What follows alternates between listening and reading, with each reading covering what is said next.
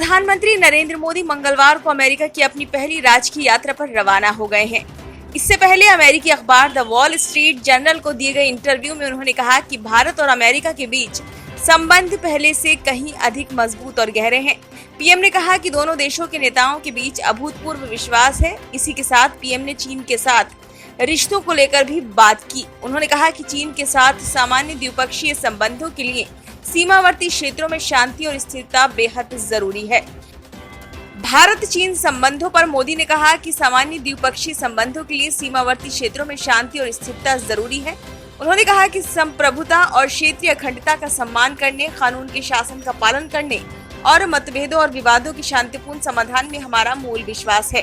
साथ ही भारत अपनी संप्रभुता और गरिमा की रक्षा के लिए पूरी तरह से तैयार और प्रतिबद्ध है। गौरतलब है कि पूर्वी लद्दाख की गलवां घाटी में 15 जून 2020 को भारत और चीनी सेनाओं के बीच संघर्ष हो गया था। ये पिछले 5 दशक में वास्तविक नियंत्रण रेखा पर इस तरह का पहला संघर्ष था और इससे द्विपक्षीय संबंधों में तनाव आ गया था। दोनों देशों के बीच इसके बाद से तनाव कम करने के लिए मंत्री व कमांडर स्तरीय वार्ता हो चुकी है, लेकिन अभी तक स्थितियां पूरी तरह सामान्य नहीं हुई हैं। इस इंटरव्यू में वैश्विक राजनीति और संयुक्त राष्ट्र में भारत की भूमिका की चर्चा करते हुए मोदी ने ये भी कहा कि भारत कहीं उच्च, गहरी और व्यापक स्तर की भूमिका का हकदार है।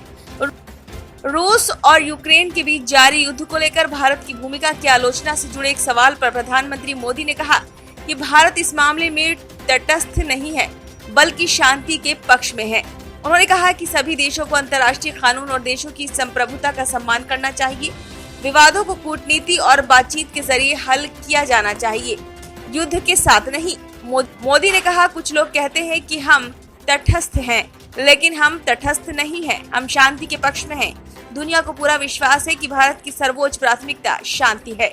मोदी ने कहा कि उन्होंने रूस के राष्ट्रपति व्लादिमीर पुतिन और यूक्रेन के राष्ट्रपति वोलोदिमीर जेलेंस्की से कई बार बात की है। उन्होंने कहा कि उन्होंने हाल ही में मई में जापान में G7 शिखर सम्मेलन के मौके पर जेलेंस्की से बात की थी। उन्होंने कहा कि भारत जो कुछ भी कर सकता है वह करेगा।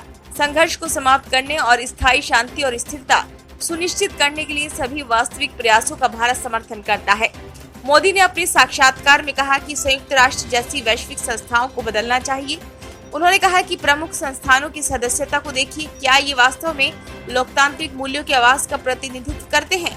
अफ्रीका जैसी जगह, क्या इसकी कोई आवाज है? भारत की इतनी बड़ी आबादी है और ये वैश्विक अर्थव्यवस्था में एक उज्जवल स्थान है, लेकिन क्या ये मौजूद है? संयुक्त राष्ट्र सुरक्षा परिषद का हिस्सा बनने की भारत की इच्छा पर प्रधानमंत्री ने दुनिया भर में शांति अभियानों में सैनिकों के योगदानकर्ता के रूप में देश की भूमिका की ओर इशारा भी किया। उन्होंने कहा कि परिषद की मौजूदा सदस्यता का मूल्यांकन होना चाहिए और दुनिया से पूछा जाना चाहिए कि क्या वह चाहती है कि भारत वहां रहे। मोदी ने कहा, मैं स्पष्ट कर दूं कि हम भारत को किसी देश की जगह लेने के रूप में नहीं देखते हैं। हम इस प्रक्रिया को भारत की दुनिया में अपना सही स्थान हासिल करने के रूप में देखते हैं। उन्होंने कहा कि आज की दुनिया पहले से कहीं अधिक परस्पर जुड़ी हुई और एक दूसरे पर निर्भर है। लचीलापन पैदा करने के लिए आपूर्ति श्रृंखलाओं में अधिक विविधीकरण होना चाहिए। प्रधानमंत्री ने कहा कि उनका जन्म स्वतंत्र भारत में हुआ है और यही कारण है कि उनकी विचार प्रक्रिया, उनका आचरण या फिर वे जो कहते और करते हैं वह देश की विशेषताओं और परंपराओं से प्रेरित और प्रभावित है। पीएम ने कहा, मुझे इससे अपनी ताकत मिलती है। मैं अपने देश को दुनिया के सामने वैसे ही पेश करता हूं जैसा मेरा देश है और खुद को भी जैसा मैं हूं। ब्यूरो रिपोर्ट, नई दिल्ली।